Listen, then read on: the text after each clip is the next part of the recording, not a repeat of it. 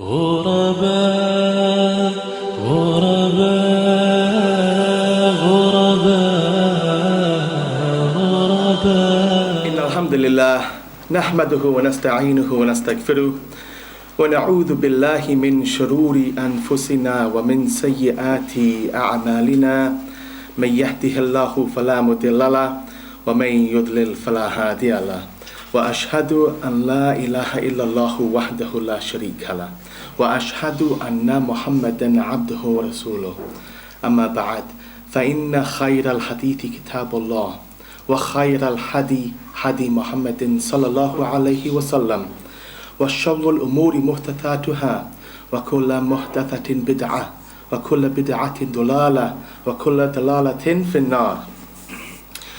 Assalamu alaikum wa rahmatullahi wa barakatuh. My dear brothers and sisters, Rasulullah sallallahu alaihi wasallam says that paradise has 8 gates, and one of them is called Rayyan, through which none will enter except those who observe fasting. So there is a gate that is called Rayyan, and it's special for the ones who used to fast a lot. And the Sahaba radiallahu anhum, they knew the value of fasting.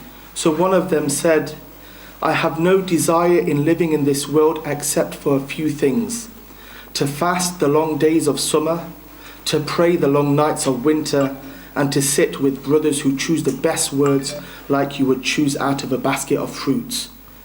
So they would pick their words.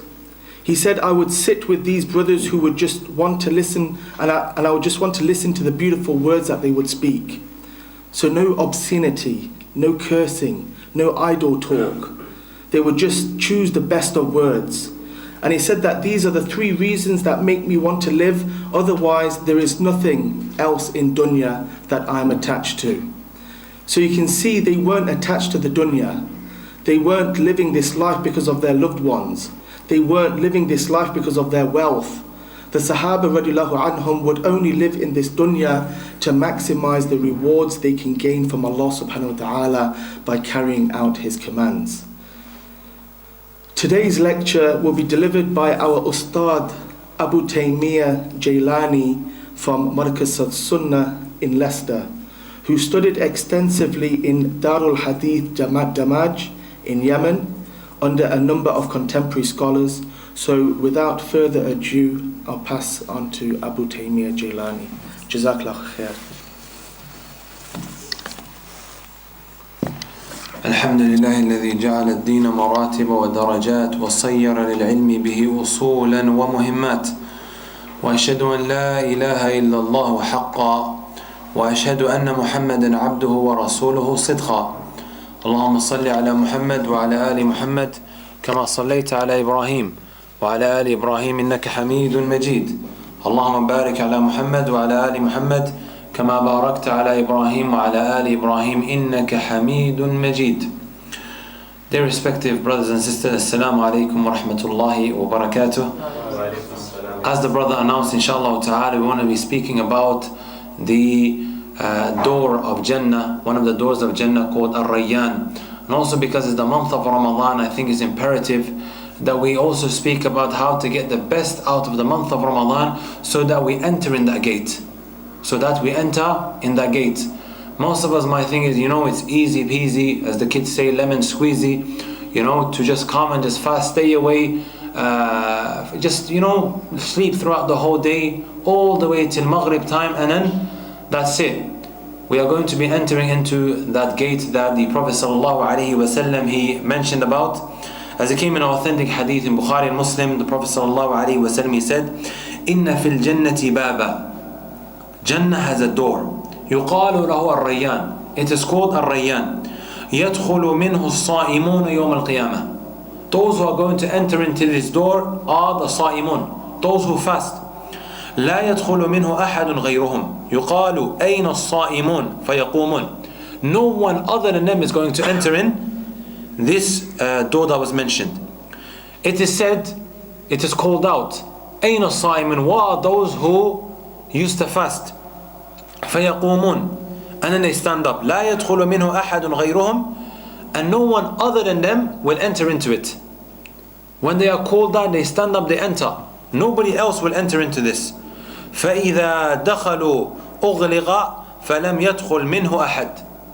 And once they enter, the door is closed. And nobody other than them will enter now into this door.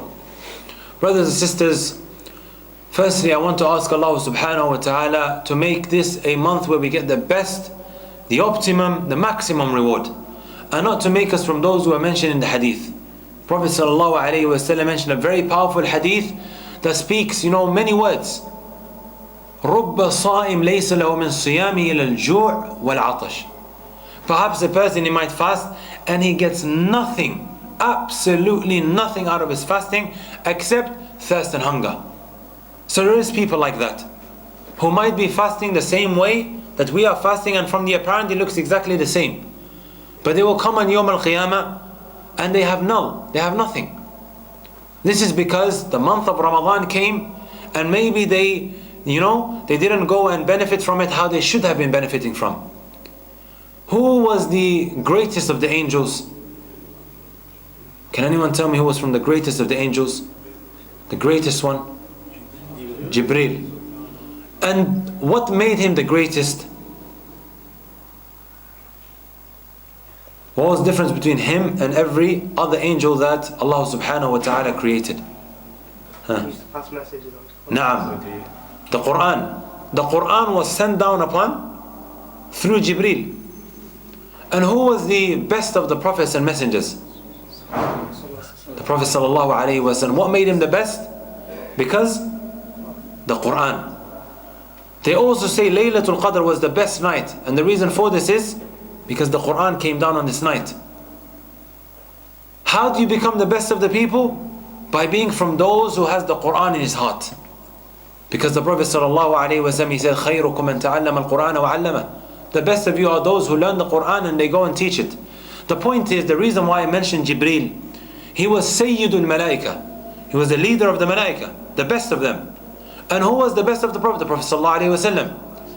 You have the angel Jibreel who is making dua against a specific person. The angel Jibreel is making dua against him. And you have the Prophet sallallahu alaihi wasallam saying Ameen. Ameen, which means Allahumma stajib. Oh Allah, accept this dua. Do you know who this person was? The Prophet sallallahu alaihi wasallam, Jibreel alayhi salatu wasallam, he said, رَغِمَ أَنْفُ رَجُلٍ أَدْرَكَ رَمَضَانَ وَلَمْ يُغْفَرْ لَهُ. Wretched is that individual who manages to reach the month of Ramadan, and what happens? He is not forgiven. To be able to breathe in this month, wallahi brothers and sisters, that in within itself is a ni'mah. It's a blessing.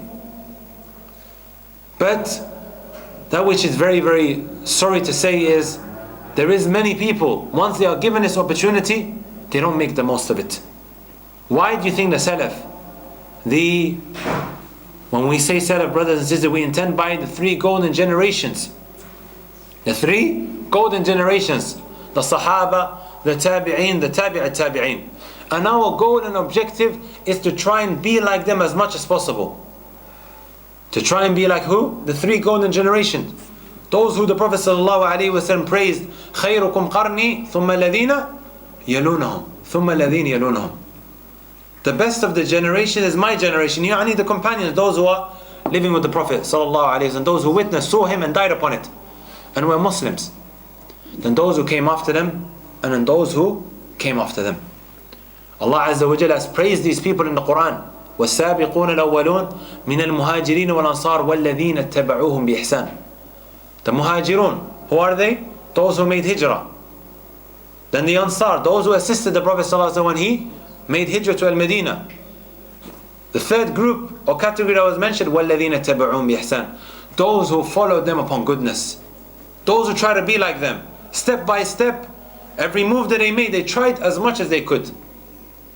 With what they believed, with what they said with their tongues, and what they done with their actions, their akhlaq, their mannerism. Sometimes when the people, they hear the word salaf, they get put off straight away, maybe because of a group of people they saw. For what the intended purpose is, when we do say trying to be like them, are the three golden generations. That's what I always say to the people. If you really want to know the way of the people of the past, then look at them. Don't look at anyone else. Forget about those who are around us, who might run around with this name. But it's the companions and the tabi'een, the tabi'in that we try to be like. Likewise, when we come to the month of Ramadan, 6 months before the month of Ramadan, they would ask Allah to help them reach the month of Ramadan, because they knew what came with it. And to show to you, brothers and sisters, that the month of Ramadan is more than just sleeping throughout the whole day and not just withholding from food and drink and desires. What Jabir radiallahu ta'ala anhu mentioned, the companion, the great companion Jabir, what did he say?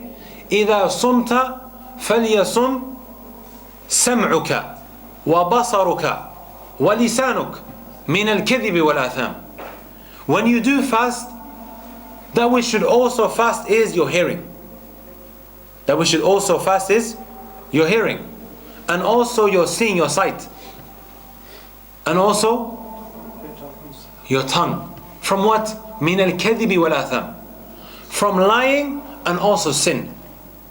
The Prophet mentioned in the hadith, لَيْسَ الصِّيَامُ مِنَ الْأَكْلِ وَالشُّرْبِ وَإِنَّمَا الصِّيَامُ مِنَ اللَّغْوِ وَالرَّفَثِ. Fasting is just not from trying to abstain from food and drink. Rather, it is also staying away from false talk, min al-laghu, empty speech, wal-rafath, and also obscenity. So brothers and sisters, if we want to be from those who enter into the door of Rayyan, then it's vital and crucial that we fast properly. It would be totally insane to act upon this fabricated hadith. There's a fabricated narration that goes around every year on WhatsApp. People are sending it to each other, social media. Our religion teaches us to do tathabbut, which means to verify when a piece of information comes to us. There's a narration that says, صَمْتُ الصَّائِمِ تَسْبِيحٌ.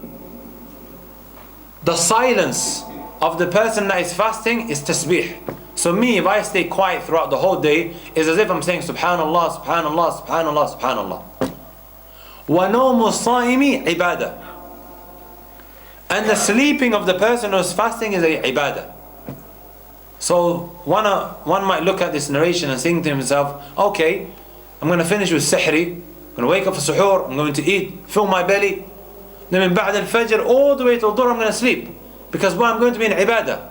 Then from dhuhr till asr, asr till maghrib, I'm going to wake up 10 minutes before iftar, and I'm going to have all the pakoras and the samosas and so on and so forth throughout the whole Ramadan. I do this. This is a narration, brothers and sisters, that is ضعيف جدا. It is very weak. Rather, the Prophet ﷺ, he engaged in activities in the month of Ramadan. And those who look at the seerah of the Prophet ﷺ will find that in the month of Ramadan, from the activities that took place was the Battle of Badr. The Battle of Badr and also the conquest of Mecca. The Battle of Badr took place on the 17th of Ramadan. 17th of Ramadan, in the second year. It was also the year which Siyam was legislated. The fasting was legislated in that month. And also you have the conquest of Mecca. Before anybody gets the wrong impression, I'm not trying to encourage anybody to go to Syria and fight. You know, this is something that we do not encourage at all, and it's something that goes against the religion of Allah Azza wa Jal. Mashahid min al-kalam, it was something that the Prophet ﷺ done. He engaged in activities. He used to recite the Quran. He also used to spend in the cause of Allah Azza wa Jal as much as possible. It was a month of activity, and it wasn't a month of just sleeping and not doing anything.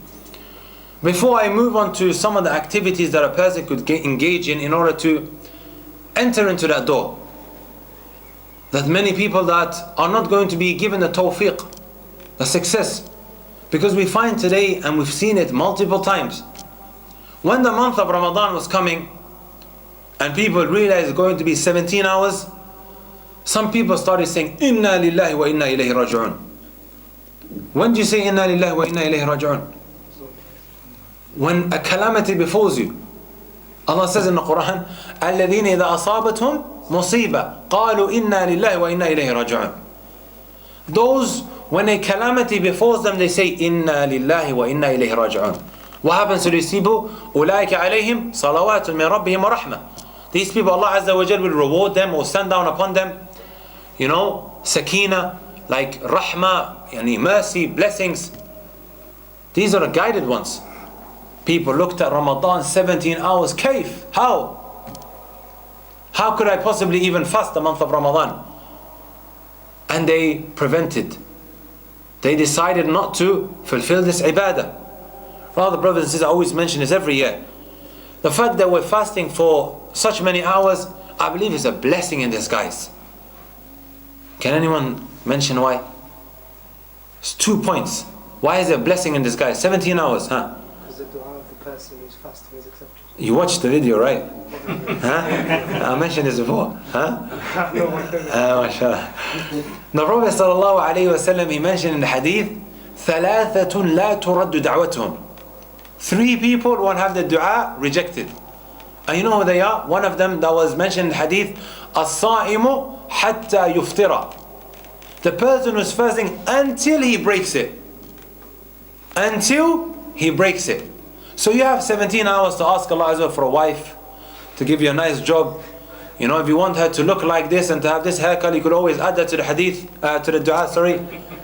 You want a change in circumstance, you have family problems, you could ask Allah Azza wa Jal. Some of you youth are smiling, I'm actually being serious. Being here in the summer with everybody here dressed, in a very inappropriate way, it can get very, very difficult for a guy. So to ask Allah Azza wa Jal in the most difficult of circumstances, all the problems that we have, that we currently face, the obstacles that is placed between us and our ibadat. I've seen time and time again parents making dua against their children because they might be driving them crazy. They are very, very naughty. Rather, you just making one dua for them could be the reason why Allah Azza wa Jal guides them. Ash-shahidu min al-kalam, this is a blessing. The people in Saudi Arabia, when I left, they only fast 8-9 hours. They're missing out, I see. We have an opportunity that they may not have. We might be busy. They might be busy and they might not get the opportunity. We work, we come home, we have hours. From 5 till 9, there's another 4 hours that we could engage in dua. Another one is, fa'idah, benefit I wanted to mention. The Prophet ﷺ, he mentioned, al-ujuru ala qadr al-mashaqqa. A person is rewarded in accordance to the difficulty that he suffers from while performing the ibadat. So we have 17, 18 hours that, we have to endure. They only have 8, 9. So do you think that they are going to be getting the same reward as us? Kalla. So these are 2 blessings that we have that nobody else has. 17, 18 hours that we are fasting today. What I wanted to mention was, before we move on to some of the things that a person can engage in, one of the things that destroys and that could potentially be the reason why we get nothing and not enter into that door called Rayyan, that's only specific for those who fast, is social media. I'm not trying to tell you close or get rid of your phone or anything like that. Rather, it would be insane in this day and age that we're living in for a person not to be using social media. Rather, we have a cup. Can I say that that cup is halal or haram? Just like that, without looking or how it's being used? Of course not. That's why they have a principle in usul fiqh. Al-hukmu ala shayn far'un an tasawwurihi. You can't put a ruling on something until you know the issue properly from every angle. So now this cup that we have, depending on what's inside, it either becomes what? Halal or haram. Halal or haram. If I'm serving khamar in there, is that halal or haram? That cup, is it being used now? Can I say this cup is being used for something that is nice? Of course not. But when it's being used for milk, I could easily say that this is something, halal, feeding someone with that cup. Especially in the month of Ramadan. And so on and so forth with other means that we have. Brothers and sisters, this phone that we have, yesterday I done a whole lecture on the issue of social media and how it could easily be a mass destruction, not a weapon of mass destruction, but a mass distraction for what we are currently trying to achieve in this month.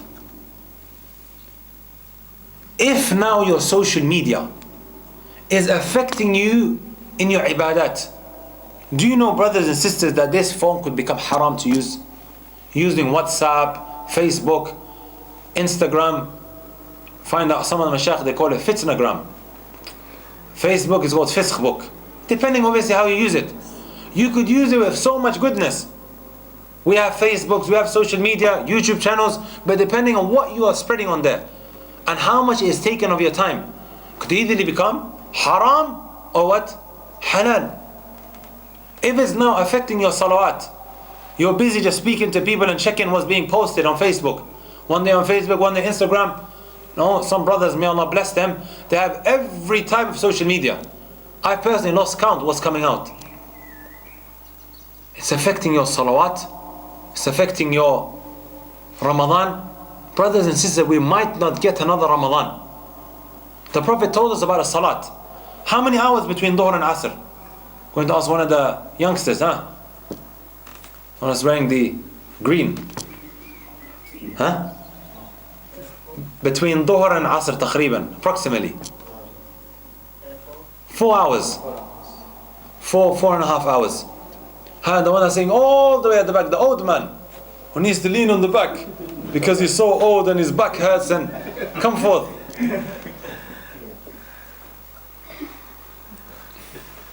I'm going to ask you a question. Remain standing. You know when Jibreel came to the Prophet ﷺ, how far was he staying from him?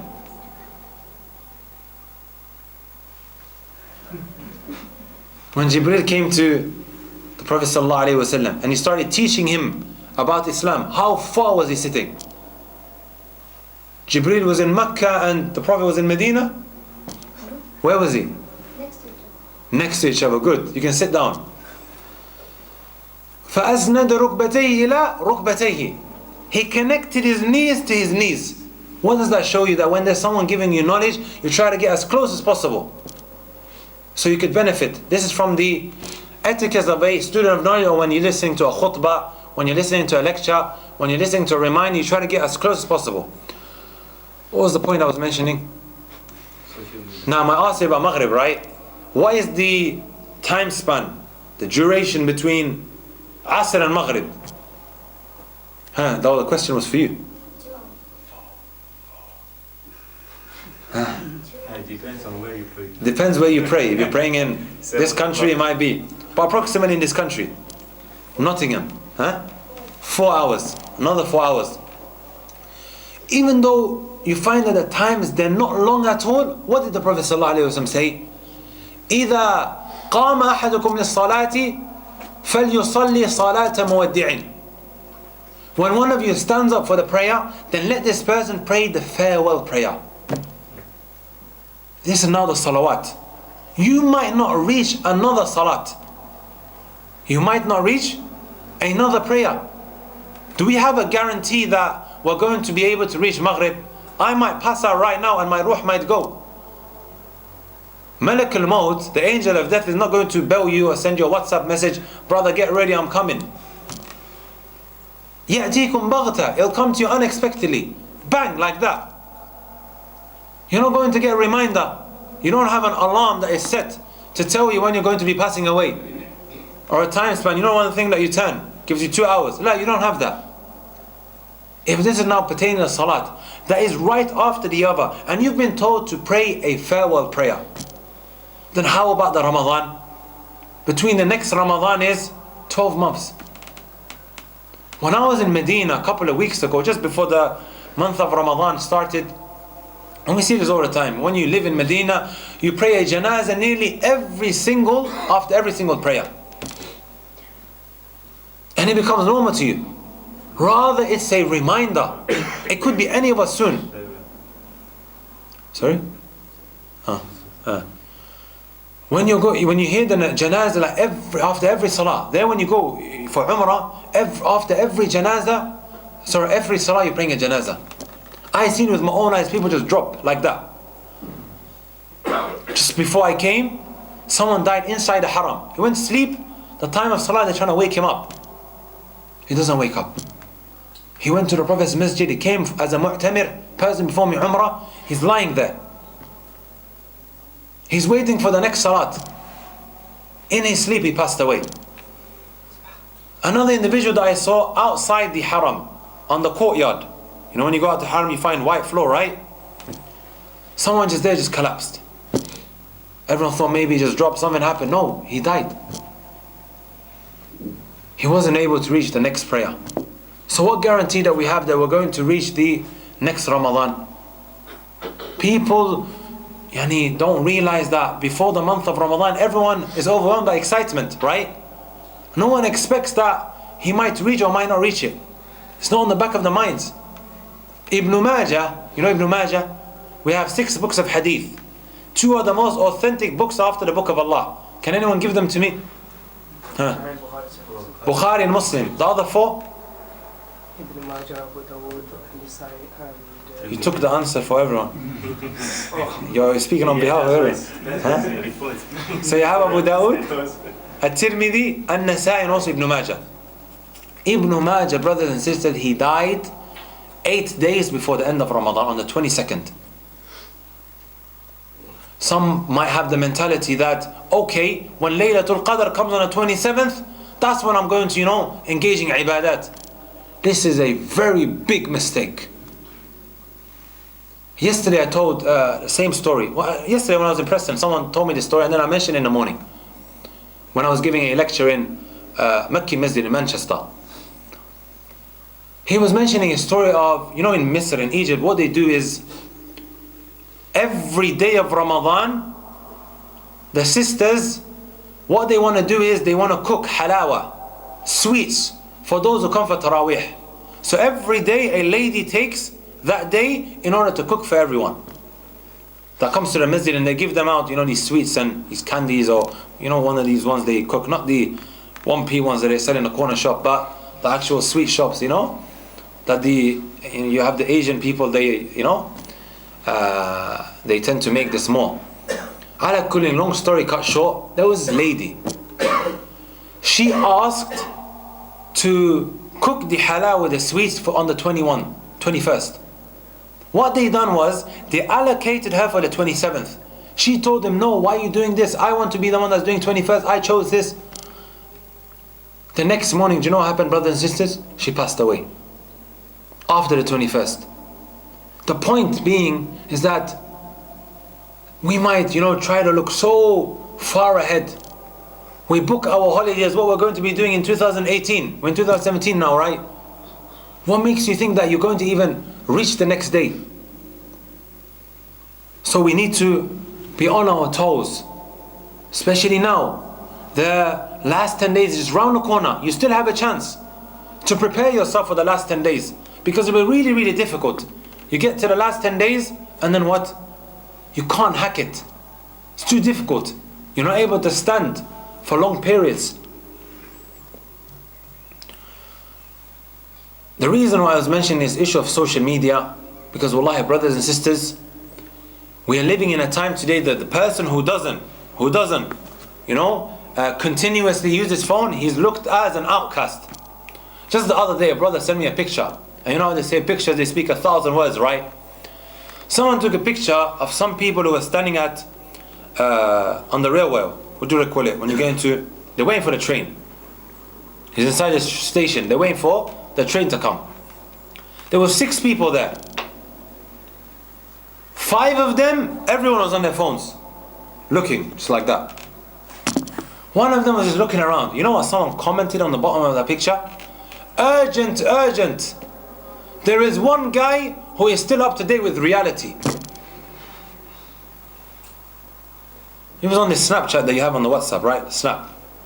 So I told him, send me the picture. Because wallahi, it speaks, fi'lan. The reality speaks 1,000 words. Shaykh Sulaiman al-Ruhaili, one of the mashayikh of the Haram, the Prophet's Masjid, may Allah Azza wa Jalla preserve him, he was mentioning a story once.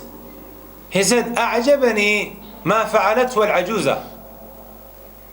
I became astonished by what this old lady done. You know what this old lady done? She said, anybody that wants to enter into my home, let him leave his phone in that basket near the door. She has her kids that come and visit her once a week. Once a week. And when they do visit her, everyone's on their phone, busy. لاهية قلوبهم. They are just distracted. This is why today when you have two people sitting with each other, you have, let's just say, 2 people sitting at the back. When you go to them, you have to give salam to 4 things. Him, the phone, and the other person, the phone. 2 people are sitting in front of each other and they're not socializing. Because this has become another person. It's become another person that one is busy with. The amount of marriages this has broken because of this, as broken marriages. Spouse, he complains, his wife doesn't give him time. In another place, bil'aks. And brothers and sisters, wallahi, you'll be surprised. The amount of time that you will save once you put this to the side. Once you get rid of it. Use it only selectively in your day. Now I'm going to read, inshallah ta'ala, how some of the Salaf they were when it comes to, or when it came to the month of Ramadan. See how I mentioned in the beginning, brothers and sisters, we're trying to be like who? The companions, the tabi'een, the tabi'in. In everything that we try to do. It's all good saying that we follow the Quran and the Sunnah, but what is very, very important also to restrict it with the understanding of the Salaf. With the understanding of the Salaf. I can't bring my understanding or my Shaykh's understanding or another person's understanding.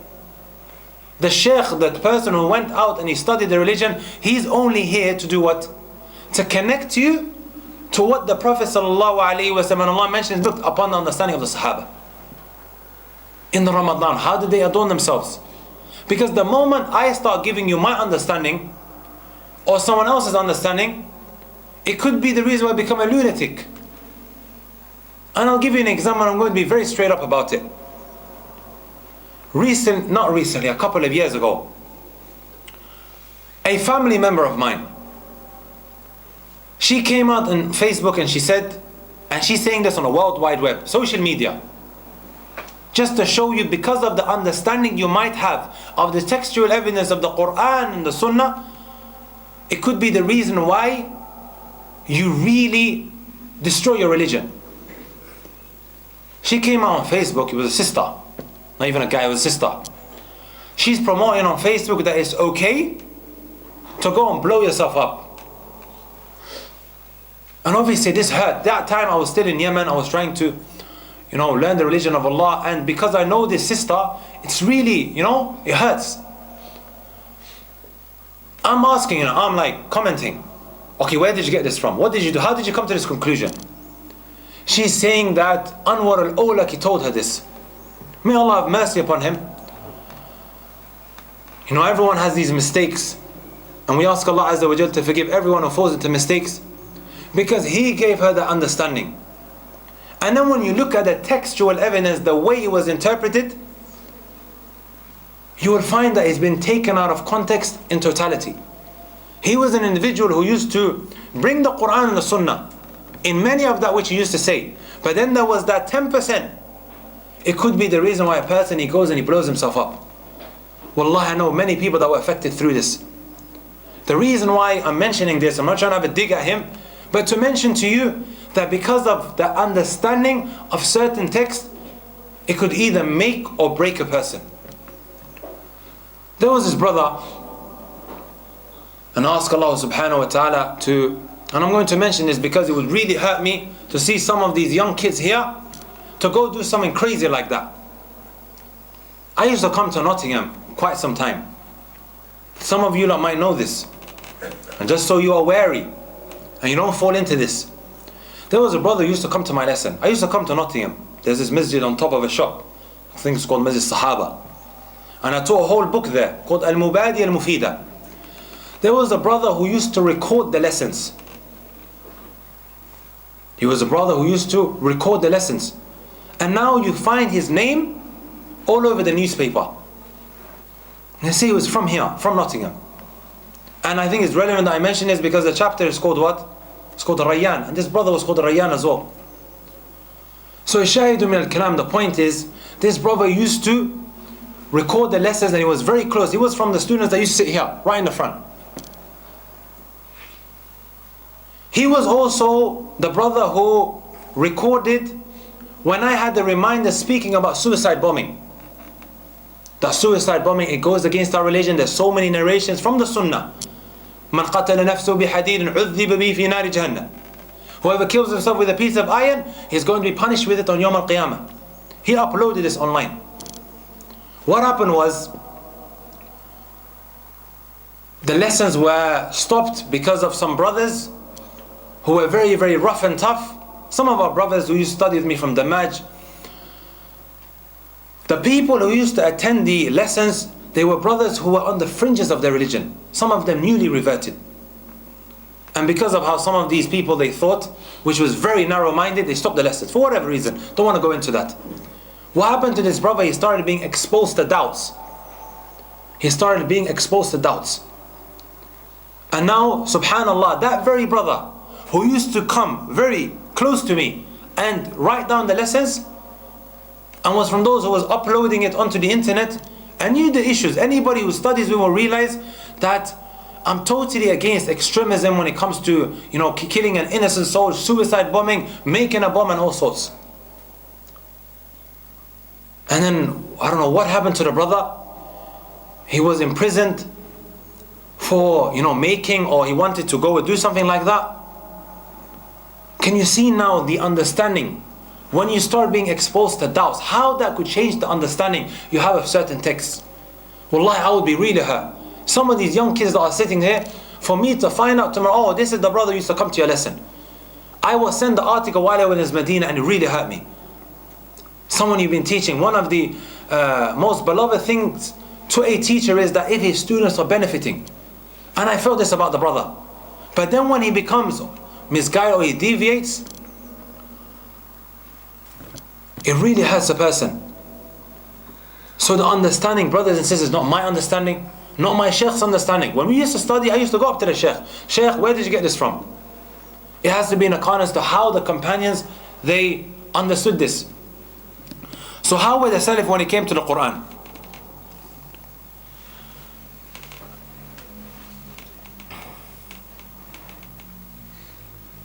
You have Al-Aswad ibn Yazid. Who was Al-Aswad ibn Yazid?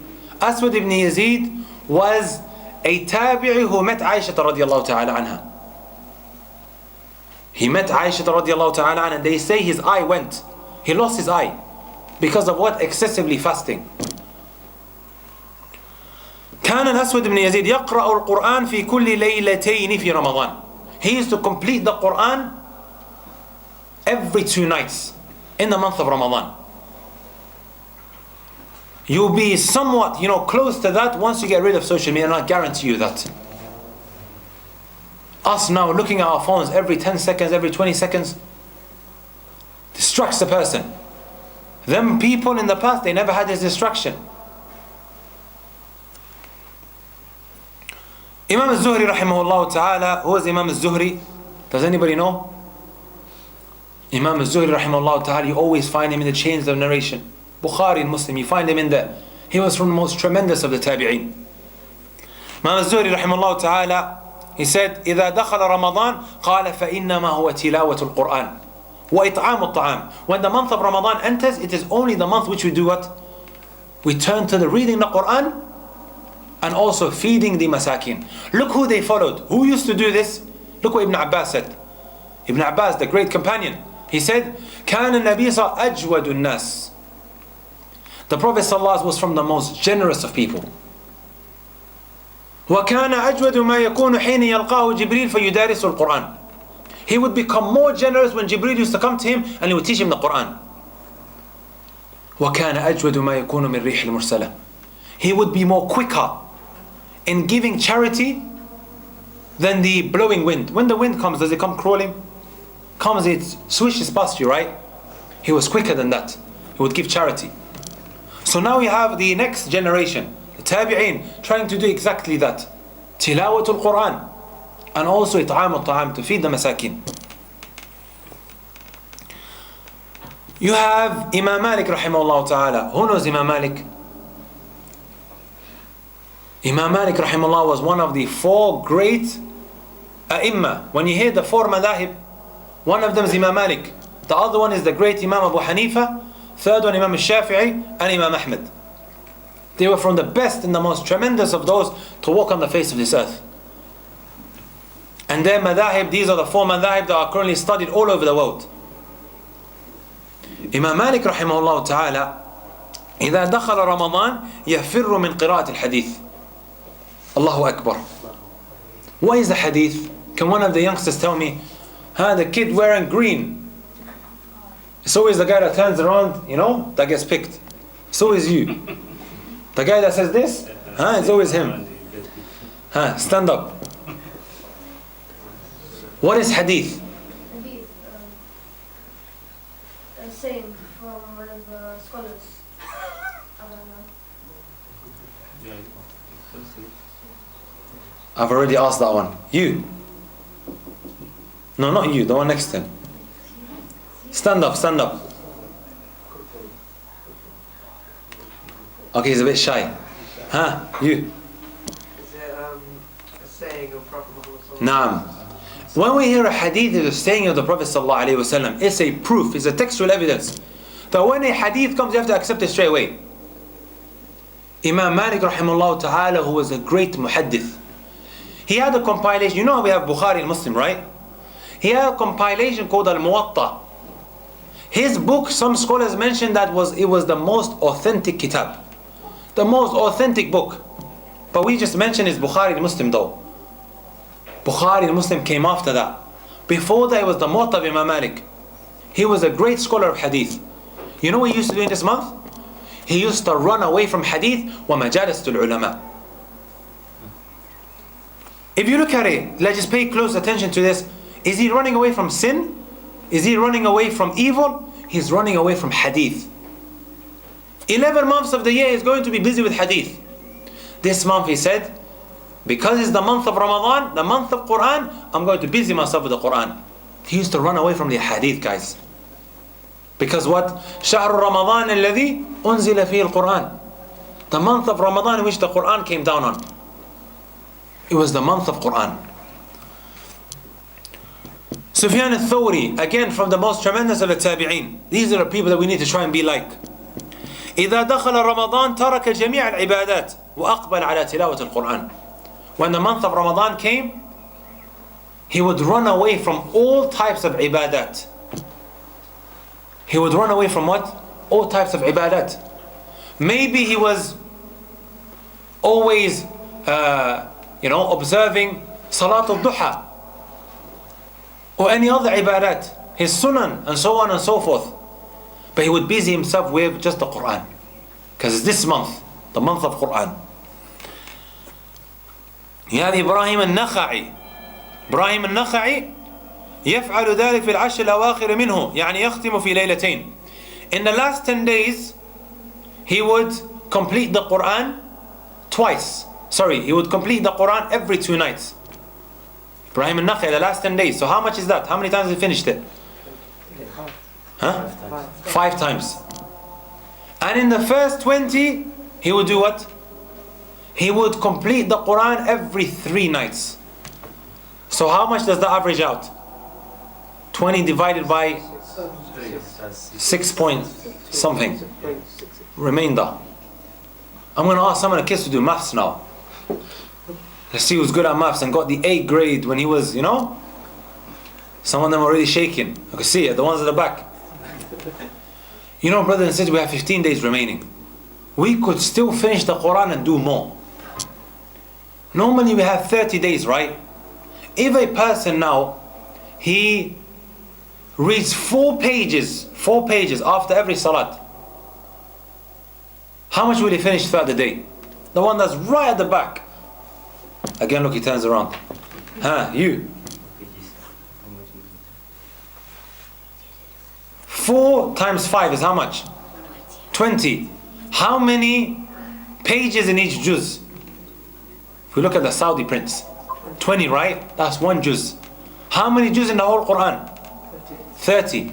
So if we do 1 every day, what will happen? We'll finish the Quran in 1 month. okay, now we have to step up our game, right? We have to get better because it's the last 15 days, and the Prophet ﷺ in the last 10 كان يجتهد في عشر الأواخر ما لا يجتهد في غيره. He used to strive in the last 10 days more than what he used to do throughout the other days.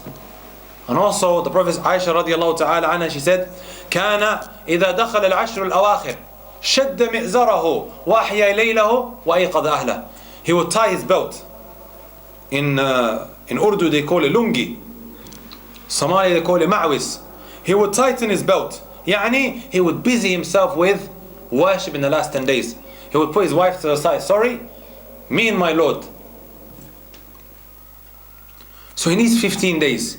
If we take all the maths that we've just been calculating now, how many pages could we do after every salat in order to finish the Quran? 8 pages. Brothers and sisters, 8 pages takes maybe 7-8 minutes, depending on how fast you read. Or maybe a bit more. Let's just say 10 minutes. 10 minutes after every salat is how much? 1 hour of your day. How many hours in a day? 24 hours. Billahi alayk. 24 hours of your day. You can't find 1 hour? 1 hour.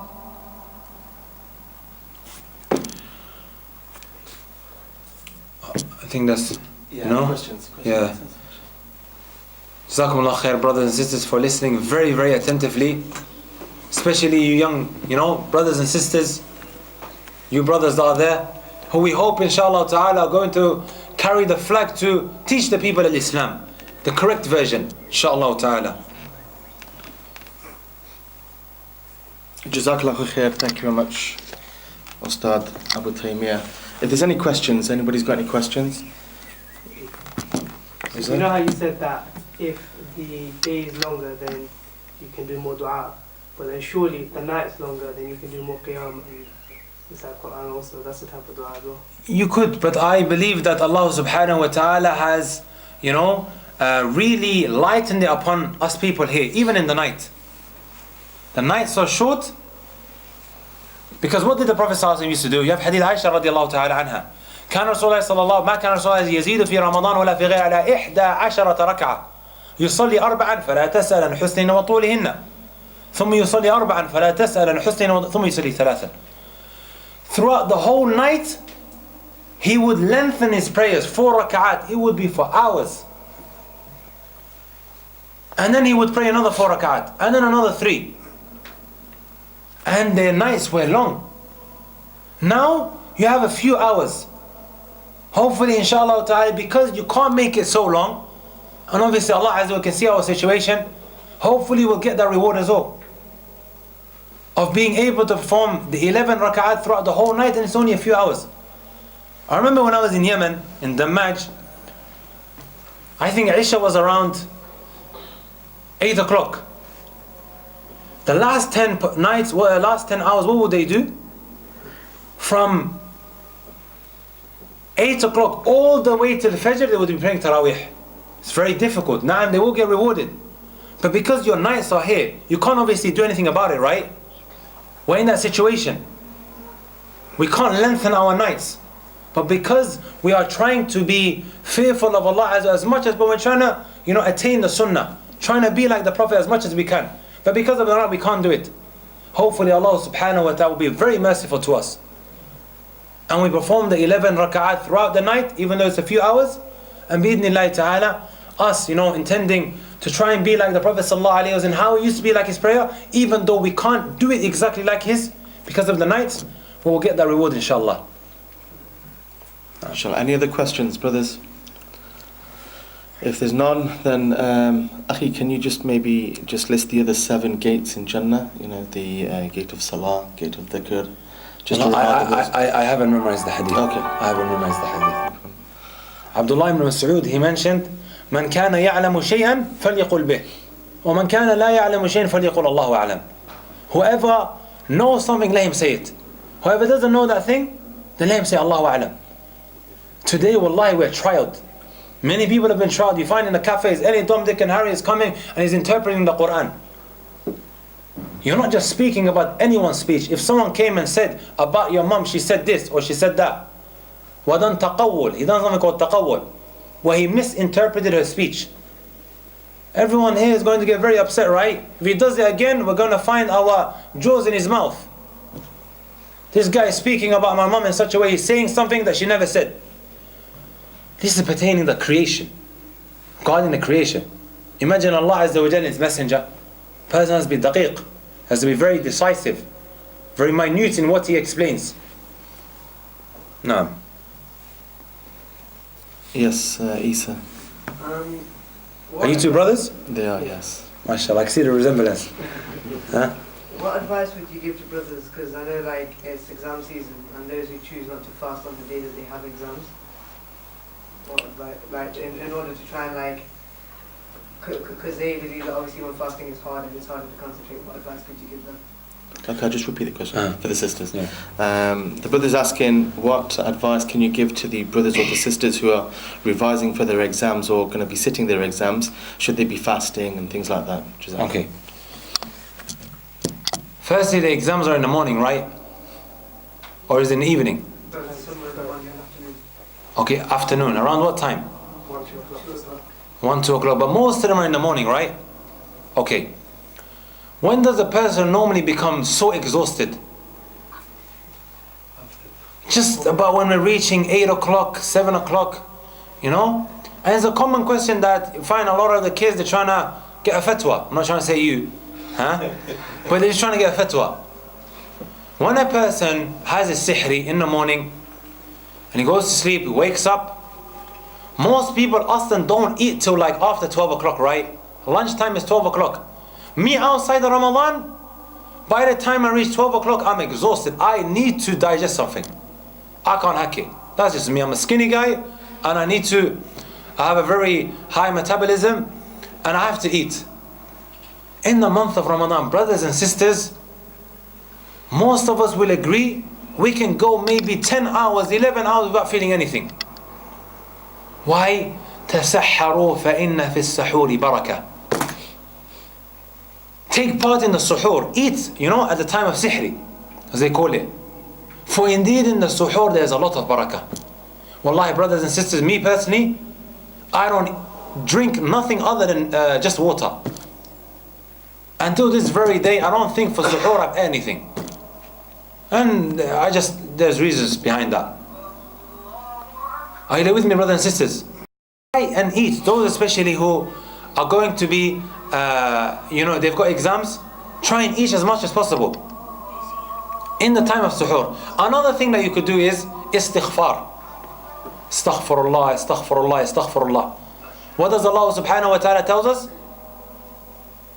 وَيَا قَوْمِ اسْتَغْفِرُوا رَبَّكُمْ ثُمَّ تُوبُوا إِلَيْهِ يَزِدْكُمْ قُوَّةً إِلَىٰ قُوَّتِكُمْ. Now she does another one. But anyways, there's another verse that says وَيَزِدْكُمْ قُوَّةً إِلَىٰ قُوَّتِكُمْ. When you do istighfar, you say astaghfirullah, astaghfirullah, Allah will give you strength above strength. Try it. And ask Allah subhanahu wa ta'ala, make dua for him, to him. Because you have an advantage that the non-Muslims don't have. They don't believe in Allah. He's not going to raise his hands. Ask Allah Azza wa Jalla to help him in the exam and to give him strength. And you'll be responded to straight away. Because the Prophet ﷺ, he said to us, إِنَّ اللَّهَ حَيِّيٌّ كَرِيمٌ يَسْتَحِي مِنْ عَبْدِهِ إِذَا رَفَعَ يَدَيْهِ إِلَيْهِ يَرُدُ مَا سِفْرًا. Allah is shy, He's generous, that when His servant puts his hands up to Him, that He sends him back empty-handed. So you're fasting. On top of that, the hadith that we mentioned, one of the means of your dua being accepted is what? Fasting. And then on top of that, you put your hands up to Him, which is another means.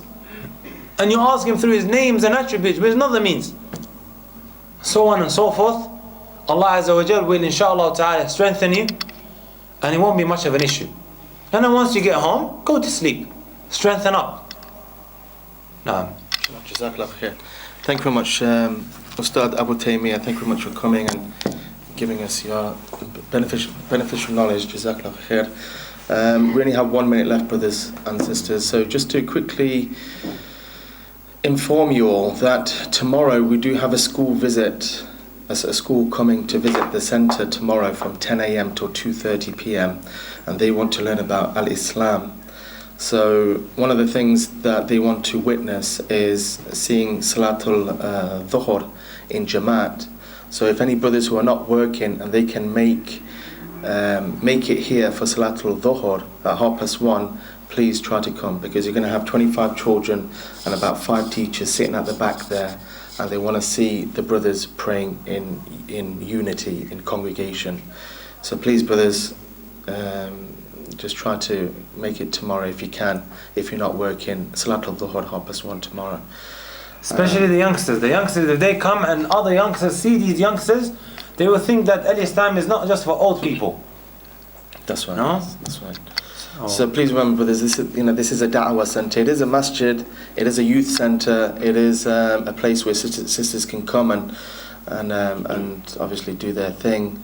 But also the main thing is that this is a da'wah center, and we should be giving a lot of da'wah to non-Muslims and clarifying the misconceptions that are out there on the religion of Al-Islam. So if you can, try to make it, brothers, tomorrow. Jazakallah khair. Subhanaka Allahumma wa bihamdika. Ashhadu an la ilaha illa anta astaghfiruka wa atubu ilayk. Yes, brother? سؤال واحد. نعم. هل يأكل في نهار رمضان متعمدا حكم شنو؟ والله يختلف العلماء إلى هذه الأقوال. ومنهم من قالوا أنه لا يقضيه لكن عليه يتوب إلى الله. If a person does it متعمدا, he breaks his fast purposefully, okay, without any reason whatsoever, this person is seriously sinful. It's a serious sin that he's falling into. You know, and some of them, they said he has to make it up and he has to, make tawbah to Allah. But if a person has a reason, because Allah subhanahu wa ta'ala tells us, وَمَنْ كَانَ مِنْكُمْ مَرِيضًا أَوْ عَلَى فَعِدَّةٌ مِنْ أَيَّامٍ أُخَرَ. When a person is at trouble or he's sick, he has to make it up another time. It has been mentioned here. As for this person, he has no reason. He has to really make tawbah to Allah Azza wa Jal. You know? Inshallah. Okay, let's not delay the opening of the fast. So if brothers can go downstairs and open your fast, Jazakallah khair, and we'll give adhan up here, Jazakallah.